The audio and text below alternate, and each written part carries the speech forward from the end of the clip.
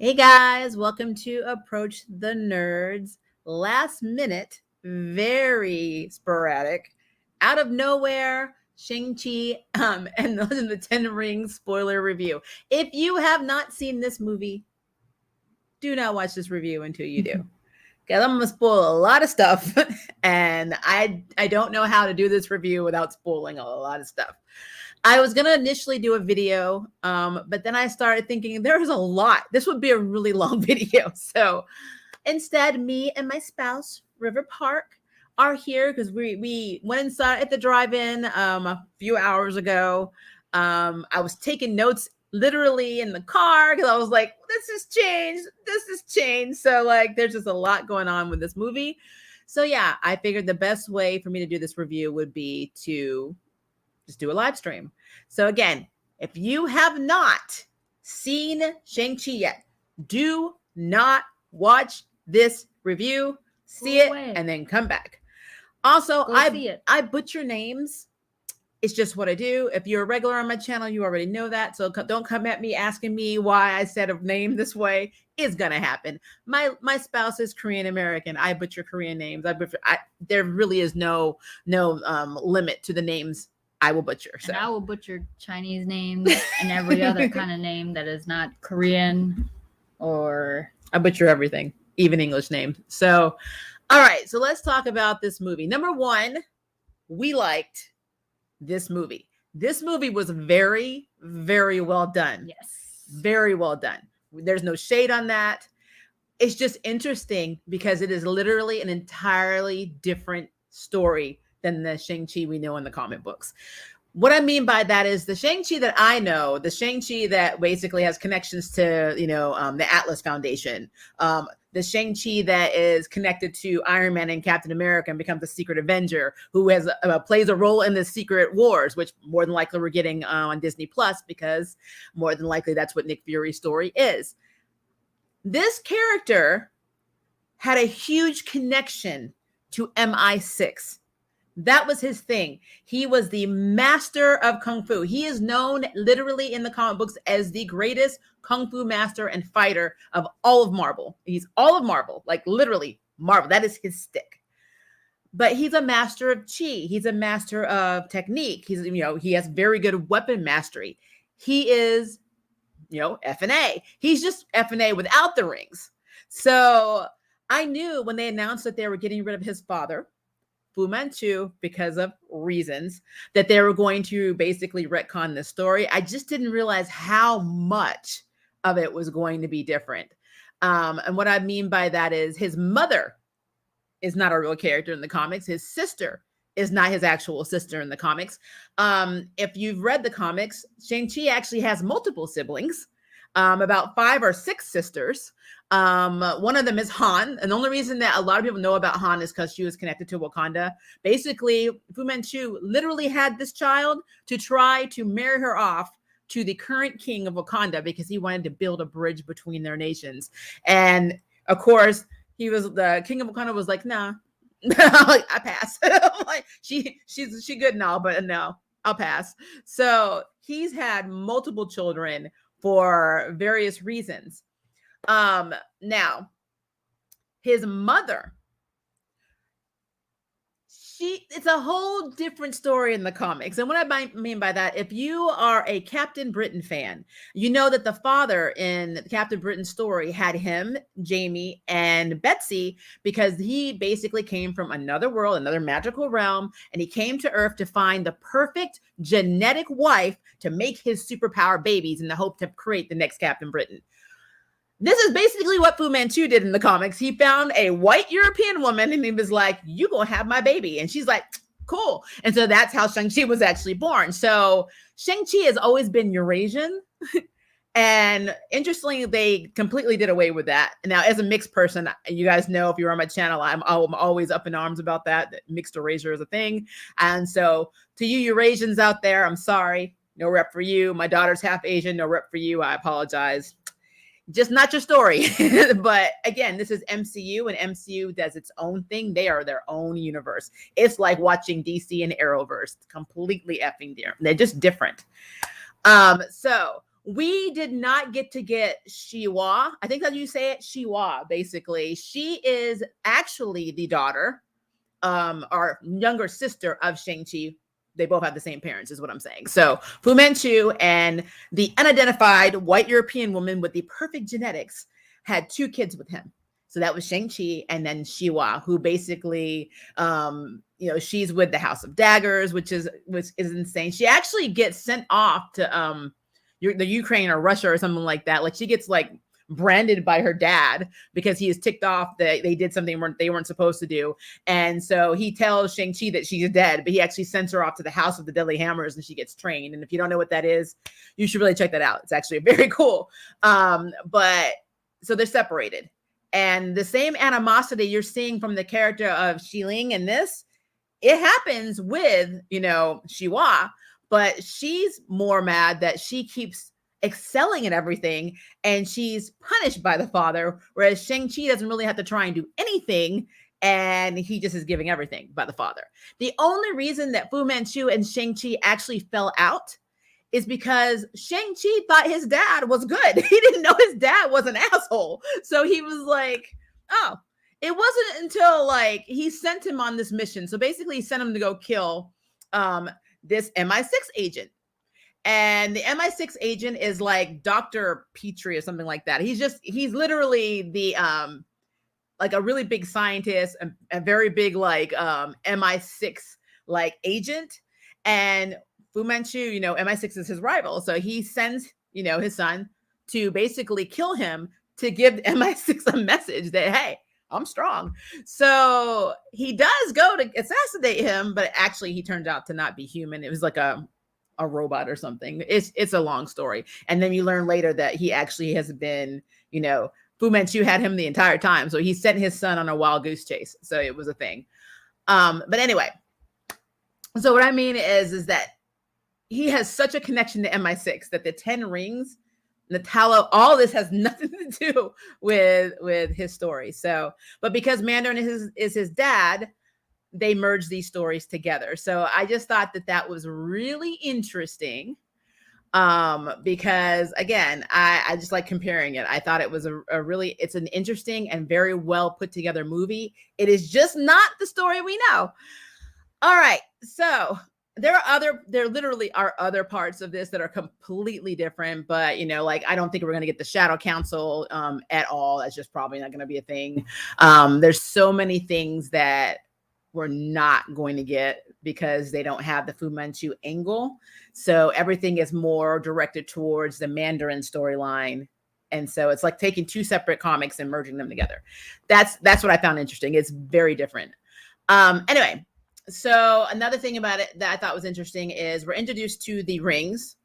We see at the beginning of the movie that the Mandarin, he's basically riding toward this like village to like take it out. Or like I think it was like an establishment to take it out, and like he already has the rings at this point, and like they have a theory on where they come from, but nobody really knows where the rings come from. Now remember, in the comics they were physical rings that he wore on his hands, but now they're like these cool bands that you wear on your arms. In the comics they're Moklian. They actually came from Mokli, and Mandarin literally finds like this guy named Axenkar. He's like this like lizardy dragon-like alien, and like he crashes in China, and he's like in a cave or something. It's been a minute, but anyway, when Mandarin finds him, he literally kills him and takes the rings, and then he studies the science of this this species of alien species to learn how to master these rings. And the rings have been transferred to all kinds of people, like Eminar, Mole Man has had them for a while to get his revenge against Iron Man. They're transferable in power, but for the most part, Mandarin, this was a Mandarin thing. So they never talked about Moklian anything in this movie. They do kind of speculate that there is a secret origin to them. The end scenes of this movie, they actually have Captain America and Bruce Banner, and they are literally talking about the origin with Wong. We get Wong back from Doctor Strange, which I flippin' love Wong. But they're just trying to decipher where these rings come from. And of course, nobody knows. So they have all these different theories. Now, honestly, since this is the MCU, they literally can come from absolutely anywhere. anywhere. I don't know if they're going to keep the Mokleon part or not. Mokleon part or not. But they could. They absolutely could. And like I said, these rings have been very used and then overused in the comics for years. So they have a lot of history that they can mess with. But the original origin are they're Mokleon, and each ring basically is a deceased, like the spirit of deceased galactic warrior that their powers are pretty much infused in the ring. It's weird. But again, I'm just putting that out there because again, I thought this movie, it's completely different. All right, so let's talk about the movies. Let's just talk about some spoilerish things about Shang-Chi. So, Shang-Chi has basically run away from home because his father had trained him to be a deadly assassin. This is also something that happened in the comics. But again, Shang-Chi leaves to aid MI6 to fight his father and foil all of his, evil organization stuff. In this version, basically the Mandarin falls in love with this woman, and I think it's pronounced Jingling. I'm going to call her Lady J, and Lady J is from Talo. So this little, we're going to call it this other realm. And they are very magical. Like everyone there is magical, and they have a job, which I will get to in a minute, but they exist in this world for a reason. They're basically like a nexus bridge to another multiverse. And they're trying to protect the world from this creature, which I'll talk about in a second. So anyway, the mother literally meets the Mandarin when he tries to find the village, because at this point in his life, he's lived for a long time, because he's pretty much immortal because of these rings, and he is bored. Nothing is good enough. He just wants to conquer everything. He's like, I've conquered everything on Earth. What do I do now? So I realized, or I read something about this magical village, and I want to go conquer that. So he goes to do it, and he meets basically Shang-Chi's mother. And she beats the hell out of him. She just beats his butt. It was like it was nothing. Now they have this very pretty, like ballet-ish type of kung fu. If you watch a lot of wuxing and a lot of kung fu movies, and you'll appreciate the choreography of this movie. It's very pretty. Michelle Yeoh is in this as well. She actually plays their aunt, and she does the same form, and it's gorgeous. But again, Michelle Yeoh, if you know anything about her, she was a ballerina before she became an actress and an action star, and just basically a effing goddess. So everything that she does is graceful. And then Crouching Tiger, Hidden Dragon, you know the gist. It's Michelle Yeoh. So anyway, he can't beat this style of fighting. He just can't. Even with the rings, she beats his butt. And he falls in love with her. And he keeps coming back to and he brings her like a drink, and they're like hanging out. And eventually they get married, and then they have their 2 kids in the movie. They have, of course, Shang-Chi, and they have, Zheling. Well, basically what happens is a group that Mandarin was being a-holes to came to seek revenge. I believe they're called the Iron Clan or something like that. Iron Gang. And so they end up taking on the mother, who does not have her powers, outside of where she's from, because, you're empowered by this spirit, this dragon spirit where they are, but she's basically more like a very kick-ass fighting human in their world. And they came while the Mandarin was away. She had convinced him to change his life. He put the rings away, so he wasn't there to help her. And she ends up getting killed. And the Mandarin goes into this depression, and then he goes back to his old ways. And so he trains his son to be an assassin, and he basically does nothing with his daughter. She literally watches them and just trains herself, because she's treated like furniture. And she even says in the movie that basically the reason she's treated that way is because she looks like her mother, reminds him of the mother, and it's hard for him to look at her. So she's abandoned. She's got abandonment issues. So so when Shang-Chi goes on this mission basically he's sent to go avenge his mother, to go kill the person responsible for his mother's death. Now, right prior to that, when he was younger, after the mother was killed, he does take the Mandarin to like this kind of divey bar where some of the Iron Gang members are playing a card game, or they could be playing, I don't know what they're playing. Yeah, but they're playing something. But he walks in and just starts taking them out. And then he gets to the last person to ask where his boss is. And of course, the guy's like, I don't know. And when he says that, he just kills him. And he does all of this in front of a 7-year-old Shang-Chi. So that already is traumatizing. And then later on, he's training him. And then when he was 14, so 7 years later, he sent him to go kill the person. He's like, I found the person that killed your mother, and I'm sending you to go kill him. So he promises his little sister that he will be back in 3 days. And she's like, basically going to wait for him. But he can't bring himself to kill the guy. And so he runs, which is a little bit different. But then we learn later on in the movie that he actually did kill him. And that's the real reason that he ran. And he went to the States and he changed his name to Sean. He becomes really good friends with Aquafina, who plays a character named Katie, also not a comic book character. This is complete MCU invented character. At first, I thought she might have been like Liko Wu or something like that.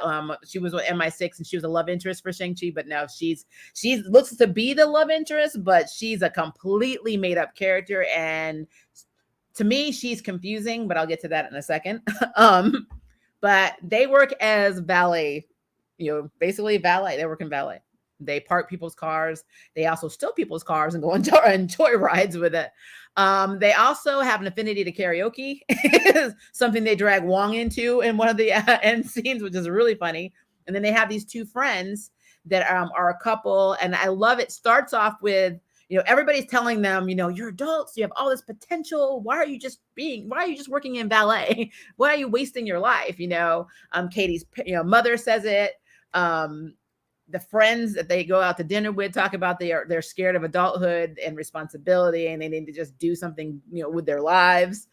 And so right after that conversation, like they go and they drink and they do their karaoke, and the next morning, Katie and him basically go catch a bus, and then they're attacked by members of the 10 Rings, which is the terrorist organization that Mandarin is headed. And they want basically Shang-Chi's pendant. And now at this point, Katie doesn't know anything about Sean. She's like, oh no, he can't fight. I've been helping. I've done it for 10 years. I've been defending him all this time. She had no idea that he was a trained assassin until he started basically taking these guys out on the bus. Now, what's fun for me is they literally had a guy in the scene who was live streaming it like the entire time. He's like on his phone live streaming the situation. I thought that was really funny. An homage to all of us content creators. That was not lost on me, guys. But so basically after they had the whole bus, fight, which is live stream, so everybody saw his face and saw, her driving the bus, because she had to drive the bus because unfortunately the driver was like either knocked out or killed. I can't remember. But it wasn't clear. Yeah, he falls. But so they end up, basically saving the passengers, and the bus split. So the members of the 10 Rings were like separated, but they got Shang-Chi's pendant. Well, then he gets a postcard, and he does, he's thinking it's from his sister. And so they have to go basically to go rescue her, because he feels if they came for his pendant, they're going to come for hers. And so they do. And which is really funny is Katie invites herself, because she's already like ticked off. She's like, you can fight. Who are you? So she tags along that, she basically is going to, the address on the postcard with him. And so they're on the plane. A funny moment happened on the plane.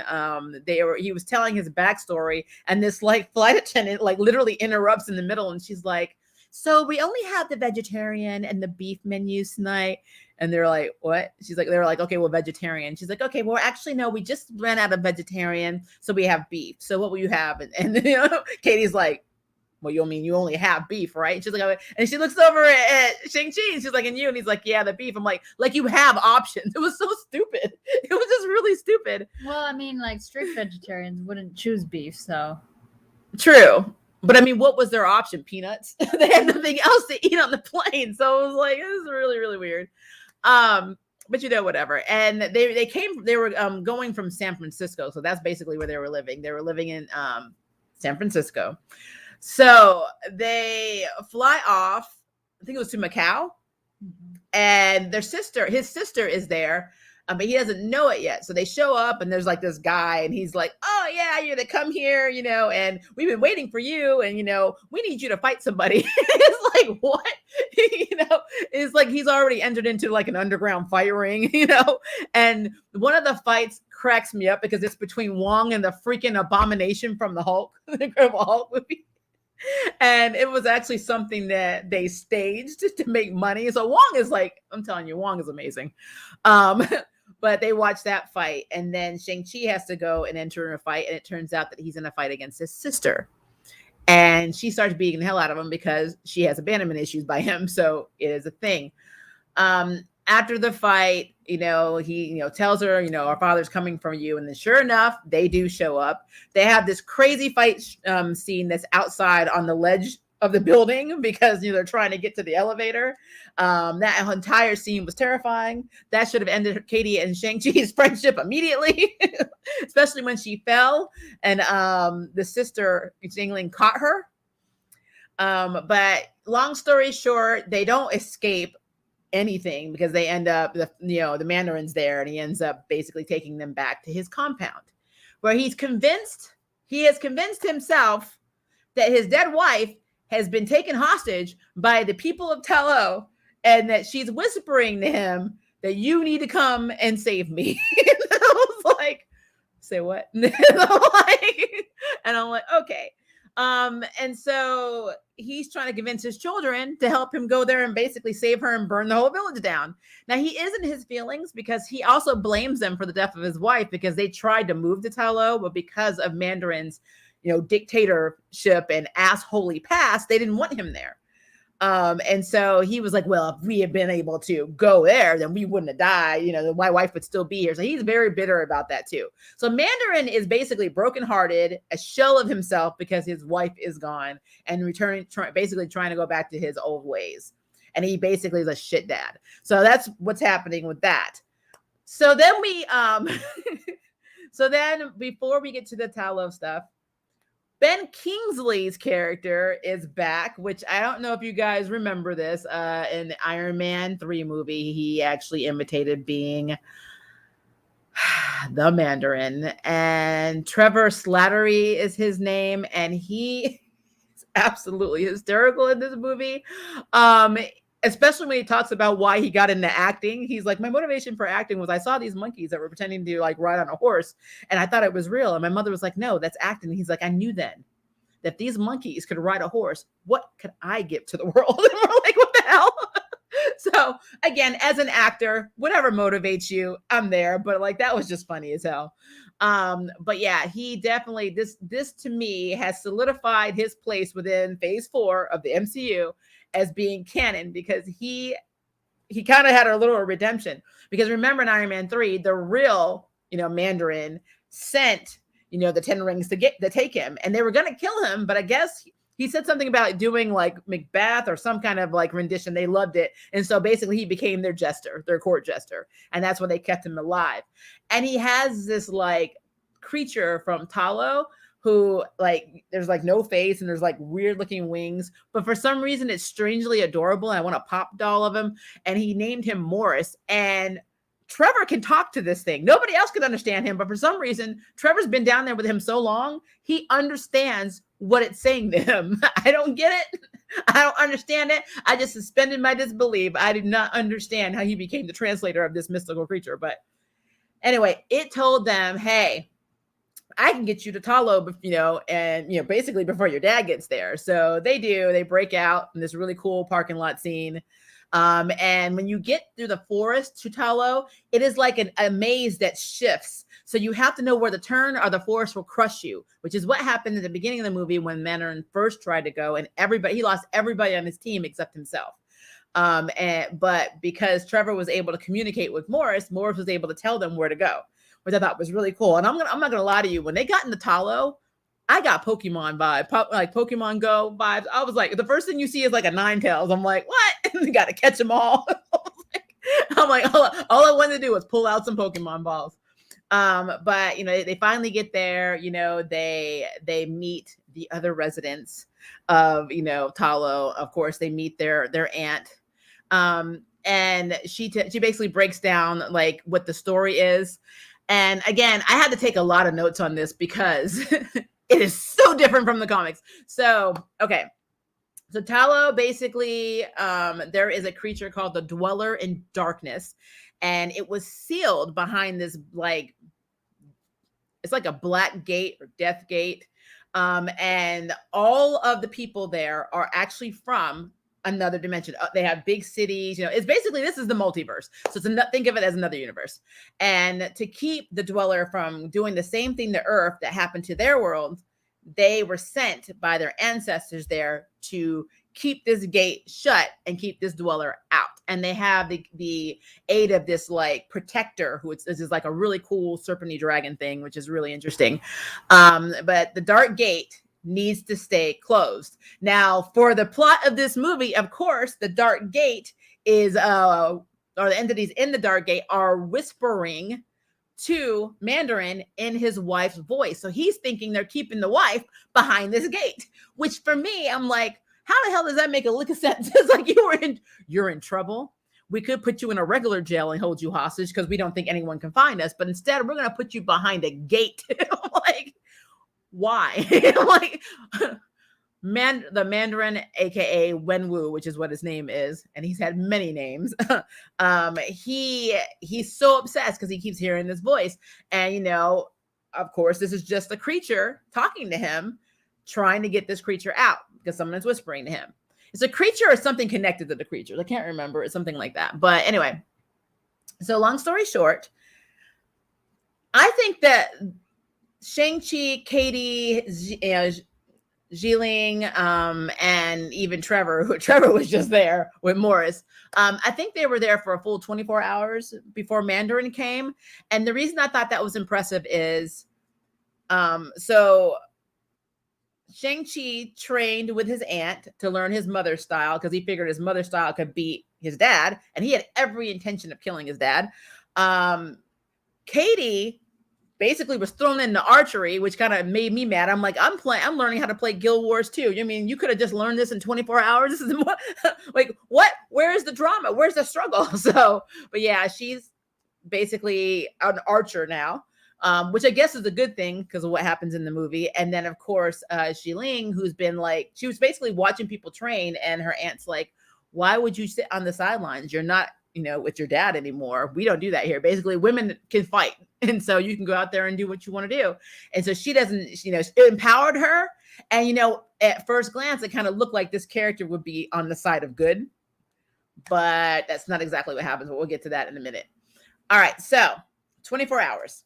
Shang-Chi has this talk with Katie, who basically, like I said, they are into each other, but they've been friends so long, they're not saying it. And he basically tells her, I told you, earlier that my dad sent me to kill someone. I couldn't do it because you asked me. She's like, yeah. He's like, well, I lied. I actually did do it. And then I couldn't handle it. And I left. Basically, that's why I came to San Francisco, changed my name, blah, blah, blah, to Sean, which is a running joke with Katie. She's like, of all the names, you pick Sean, Shang-Chi, Sean, really? It's like your name being Michael and you change your name to Michael. So that's really stupid, which it actually is. But so he basically tells her he plans on killing his father.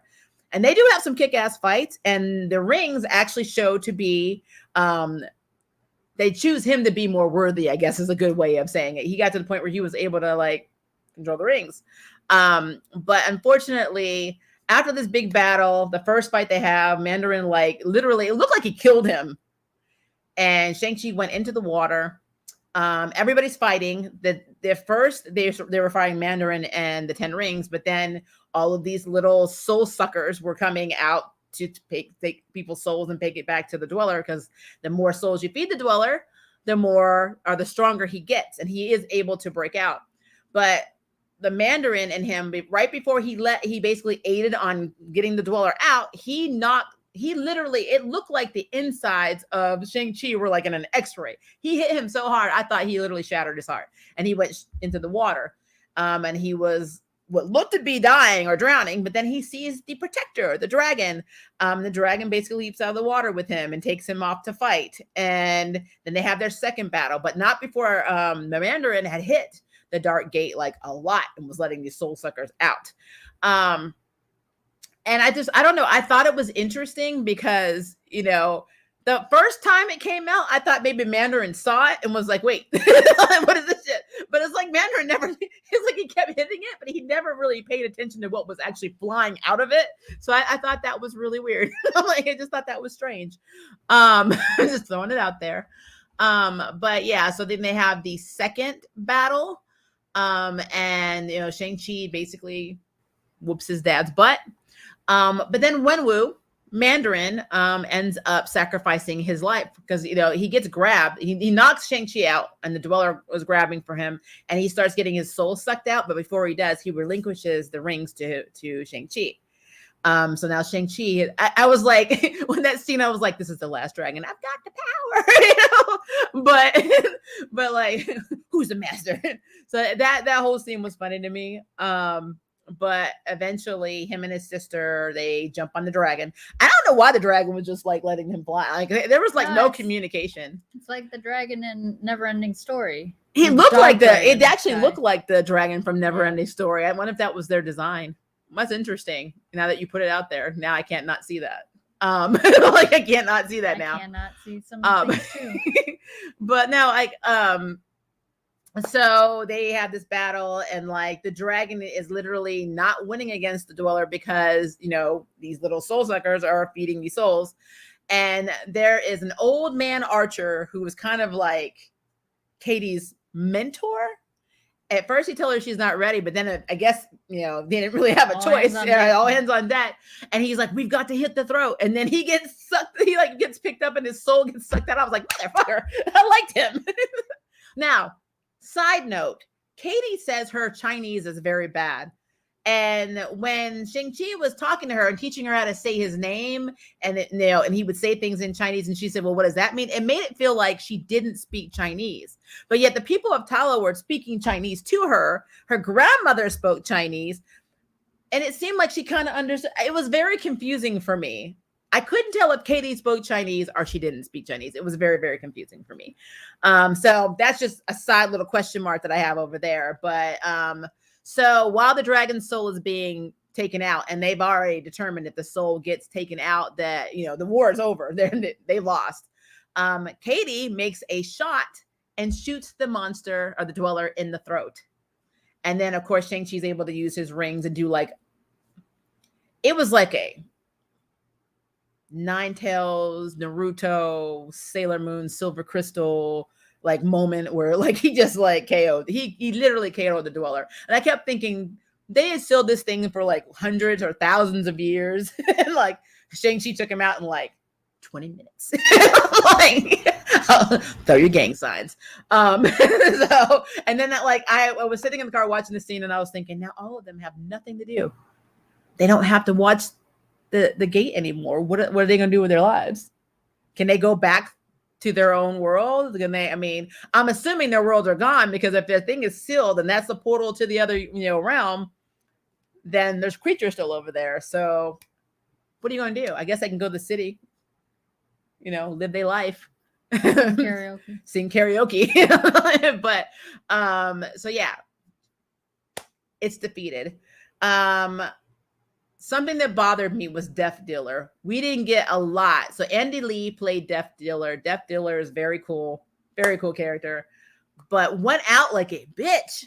Like when the soul like eaters first like attacked, like you had this one guy, I think he was Russian or something, who was a Death Dealer, because you always got to have that person who's not Asian in the Asian gang. And he was like, we don't need your help, to work together. And like, of course, they're all trying to tell him. The people tell her like, no, you need our help because your weapons are not going to do anything. We use dragon scale forged weapons, from the Protector to beat this thing's ass. You just use little whatever. And Ying Nan, who is Michelle Yeoh's character, their aunt, she was trying to convince them to all work as a group. And then Death Dealer just gets snatched up and they just rip his soul out. And I'm like, well, damn. Like, that was a very short a very short run. And I don't think Death Dealer had one damn line. I don't think he talked at all. And I can't remember in the comics if he talked. Maybe he was mute. I don't know. You guys, I love Lady Shiva. So sometimes I mix up DC and Marvel when it comes to stuff like that. But yeah, I thought that was a very short run for a very kabuki masked character who I thought had a lot of damn potential. And that little fight he had with Shang-Chi in the movie, when he was first trying to get the sister's pendant, and right before Mandarin shows up and is like, "All right, kids, let's go home." That was a really cool like fight scene. Plus, he also trained. They showed him training Shang-Chi, throughout, throughout his childhood. So I thought there would have been a bigger connection, but not. He was a throwaway. He was like, ah. So yeah. So everybody gets saved. Everybody's happy. Katie and Shang-Chi go back to California. They're talking to their friends, the same friends that told them to be adults and get a life. And you're both brilliant. Do something with your life. So they start talking about everything that happened. And the friends are, they're like, "So you're just messing with us because we told you to be adults and more responsible." And they're like, "No, we're telling the truth." And then Wong shows up out of nowhere, and he's like, "Do you have the rings?" And Shang-Chi's like, "Yeah." And then he's like, "Okay, well, I need you to come with you." And then he says, "You too," to Katie. And then he brings both of them there. And that's the scene where we see Bruce Banner and we see Captain Marvel and Wong all trying to figure out the origin of the rings. But he says, "You two have a destiny, basically, a long road ahead of you." And I get with Shang-Chi, well, that would be a thing. Again, he is instrumental in Secret Wars. I get this. But Katie is a literally created character in this universe. Why is Katie essential? I mean, Aquafina. I get it's Aquafina, but what is it about Katie that she has a destiny? I mean, she just learned archery like a few days before. Like she learned how to shoot a bow and arrow like a few days before. So that means that I'm thinking that Katie has pretty much, she's a reinvention of a character in the comics that's probably really badass. Because again, we see this in Arrowverse. They reinvent characters, they make villains into good guys. So MCU does the same shit. So I'm wondering what Katie actually is. Is the destiny connected to Shang-Chi because that's his love interest? Maybe they're gonna have a child that's gonna be like Endgame, or OP as hell. Or does she actually have some skin in the game? And something she does turns the Secret Wars tide. I mean, I really want to know what the hell it is. Because again, MCU has been doing its own stuff since the first Avengers movie. Really, if you really think of the origin stories, a lot of it, they pull stuff from the comics, but then they twist it around and make it something else. So I don't know. Katie, for me, is an anomaly. I don't know what the hell she is. I don't know why she's important. I don't mean, when Wong came to the portal, I thought he was going to just pull Shang-Chi. I did not think he was going to pull Katie with him. So that's a question mark. She's the Sandra Bullock to the Keanu Reeves of Speed from the bus scene. She has to be there. Now. I mean, it was just very strange. It was very, very, very strange. But again, and I keep thinking like the 10 rings. I mean, now that Shang-Chi has complete control over it, they're very instrumental. Again, if you are a Shang-Chi fan or you've seen his connection to the Atlas Foundation and the agents of Atlas, you know that Shang-Chi doesn't need rings. He's just really badass on his own. This just gives him another level and gets him a connection to Mandarin when technically he would have not had that connection whatsoever. I'm also curious because they can't use Captain America and they can't use Iron Man to bring Shang-Chi into the Secret Avengers, our Secret Avengers initiative. They had to use Wong, and Bruce Banner was like, "Welcome to the circus." So that just tells you right there, he's being recruited into the new gen. Now I don't know if he's going to be recruited into the Young Avengers because he's not that young, and plus the ages are all over the place. I mean, Kate Bishop is what, 27? Her actress is 27. America Chavez is like 13 or 14. I mean, they're like Wanda's kids, like the Wiccan and Speed. They're like, well, first of all, right now they're dead, but they were like 9 or 10. So they're none of the ages are lining up for me. So, and this movie seems to be taking place right after Endgame because they mentioned the snap and people or basically half the population gone. Now I don't know if it's when. No, it has to be after because I think Wong was one of the ones that disappeared, if I remember correctly. And I'm gonna have to look that up. This is either after they came back or during the snap. Something I thought was interesting is Bruce Banner was not Professor Hulk in this. So that's something, because he was Professor Hulk in Endgame, especially the end of Endgame. He's not in this. And Captain Marvel, her hair is brownish and like to her shoulder. She looks completely different. She doesn't have the mohawk that she had in Endgame. So this is probably months later than after Endgame, like months. We also got a little teaser of why people are pissed at Captain Marvel, because she keeps getting signals and running off to solve stuff in space. And, she's like, just get my number from Bruce. And Bruce is like, I don't actually have her number. She does this all the time. So like, I feel like her abandoning her friends and whatever is why Monica Rambeau doesn't like her right now. Her mother's dead, and where the hell was Carol Danvers. So I think we got a little insight to what's going on with that. So that's interesting. But yeah, this movie was extremely well done. It's just so interesting how they took Mandarin's story and Fu Manchu's story and merged them together in this whole other way. It was interesting. But yeah, so we're gonna talk about also the special effects and the stuff. So you're gonna talk about that, since I've been dominating this live stream. Since I'm the one that reads comics and my spouse doesn't. My spouse gets to talk about all the artistic stuff, since my spouse is an artist. So there you go. Well, yeah, I mean, from the standpoint of someone who hasn't read any comic book ever, like a page of any Marvel, DC, any of it, I know of characters. I did not know of Shang-Chi before this movie. So if I just saw this movie, I would think this is the story.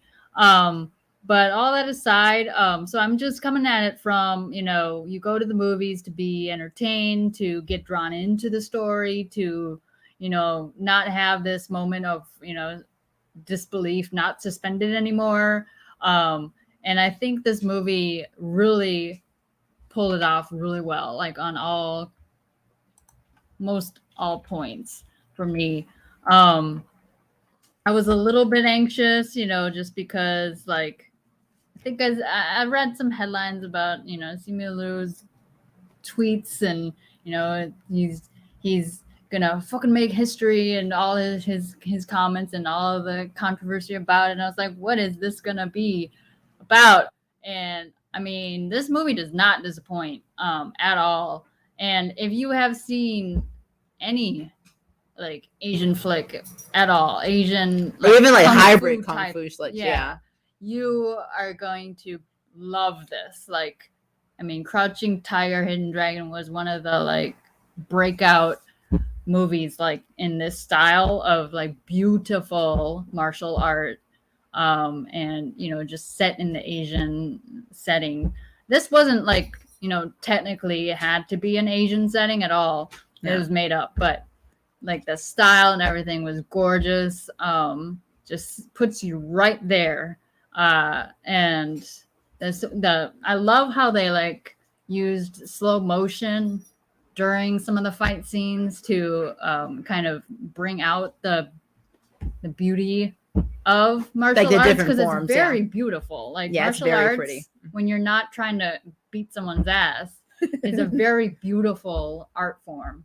If you like look at it from that angle, like forms, if you have ever practiced forms, like I took Taekwondo for a little bit. Really? So did I. Yeah.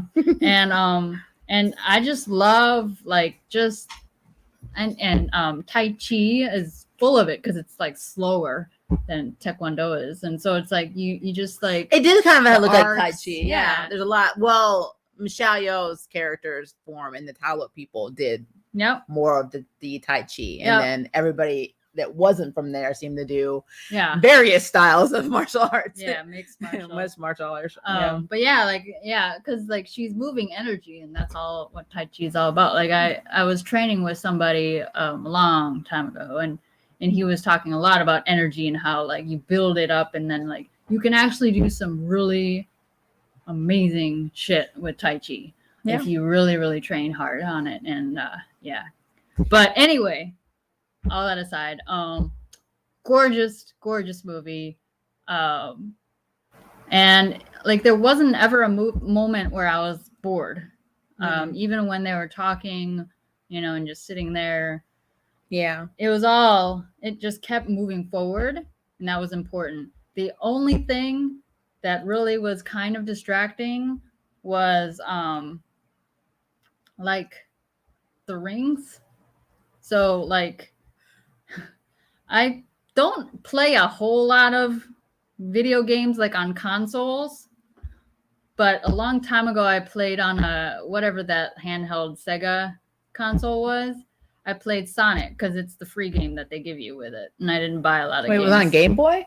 No, it was, well, I don't know what it was on, but it was a Sega. It was Sonic the Hedgehog.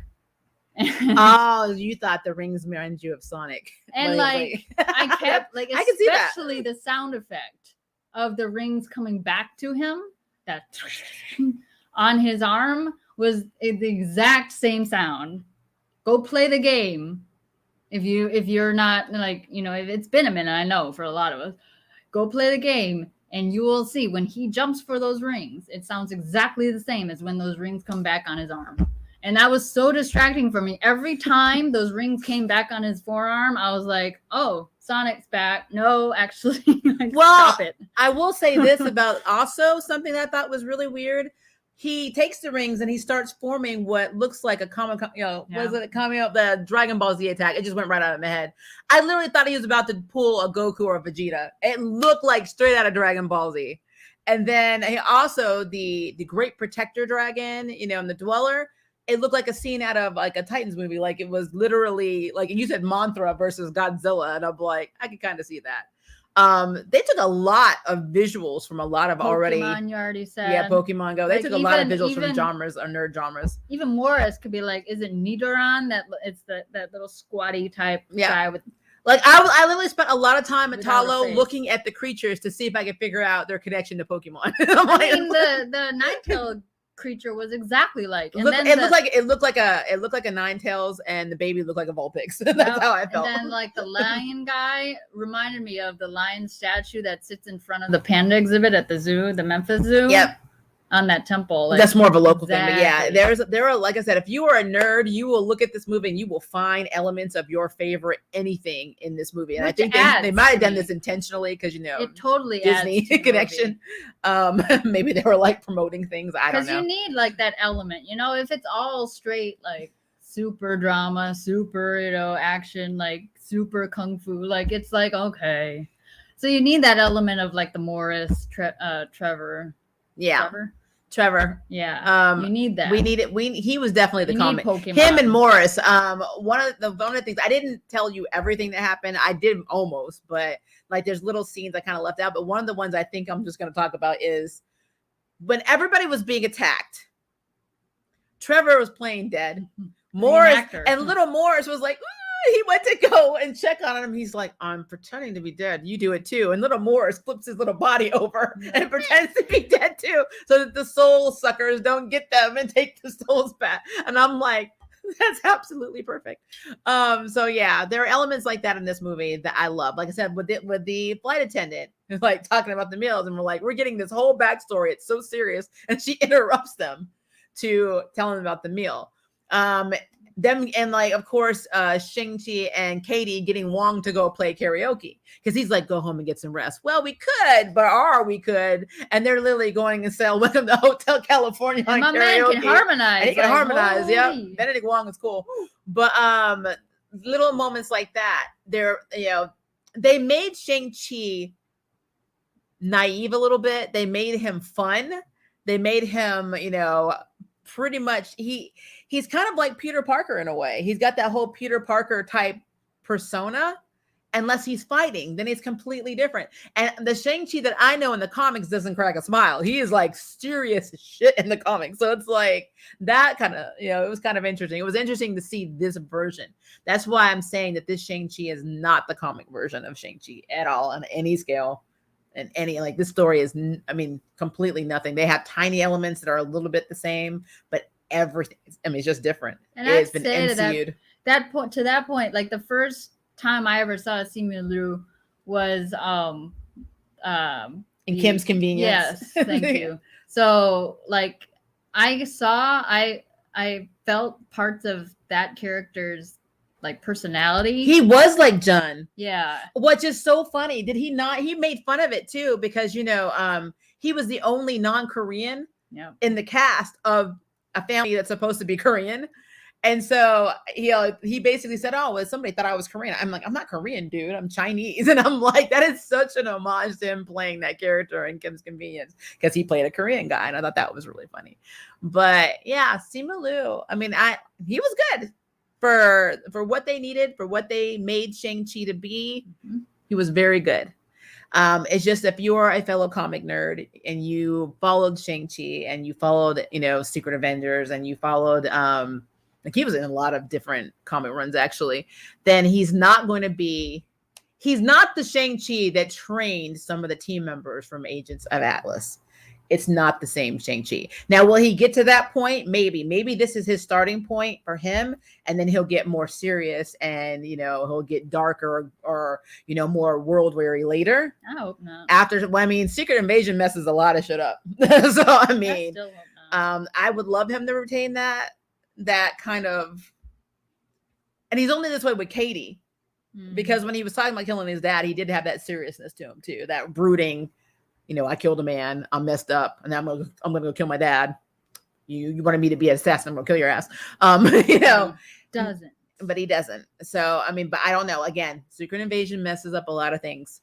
So there's a good chance that may come to pass, that he may become more like the Shang-Chi comic counterpart, because of all the stuff he's going to go through in Secret Invasion. So, you never know. You never know. All right. I literally could just talk about the differences between this comic and this movie all day. Trust me, there's a lot more things that are different. Fu Manchu had a lot of children. He didn't have 2, and he wasn't Mandarin. So Fu Manchu was a sorcerer. Mandarin is not. And he also has a song. He does have a song, but that's a whole other conversation. But yeah, we like the movie. I would love to know what you guys think. We would love to see your opinions and theories on what you think are going to happen with Shang-Chi and Katie. And why is Katie so significant to this plot? Is it just because she has a love connection to, Shang-Chi, which they really haven't said it, but it's obvious. The Sandra Bullock. It's basically, it's definitely that whole, hell, the bus scene was straight out of Speed in a way. It broke my heart. All those beautiful cars, the beautiful imports. She just rolled those buses on the car. That's basically the action scene that really touched my spouse, or all the pretty cars that got damaged in the making of this movie. But yeah, we want to know what you think. Please leave us a comment below and let us know. Tell us your theories, your ideas, your concerns, your gripes. Let us know. If you have seen on my community tab, I am going to be with The Groove tomorrow. We are going to be talking about the Scarlet Witch versus Zatanna, which is driving me nuts because, guys, I'm on the fence. I learned too much about Zatanna, so I'm on the fence. This is going to be an interesting stream. So that is tomorrow, 12 Central Standard Time. We are also going to film our episode review. I believe it's episode 4 of What If. We are going to film that right after the stream tomorrow. So I will probably have that up tomorrow night. Then I have I have another spotlight video, which is of Yolanda, aka Wildcat from the DC universe, will be posted as well on Monday. So be on the lookout for that. Thank you for joining us for this very late stream. I know that it is late, and I'm very happy that I didn't have a lot of people in here, because I felt really bad if people got in here like they normally do with my streams. And I'm like, I'm spoiling the whole damn movie. But yeah, if it is night for you, have a good night. If it is day for you, have a very good day, guys. And we will see you later.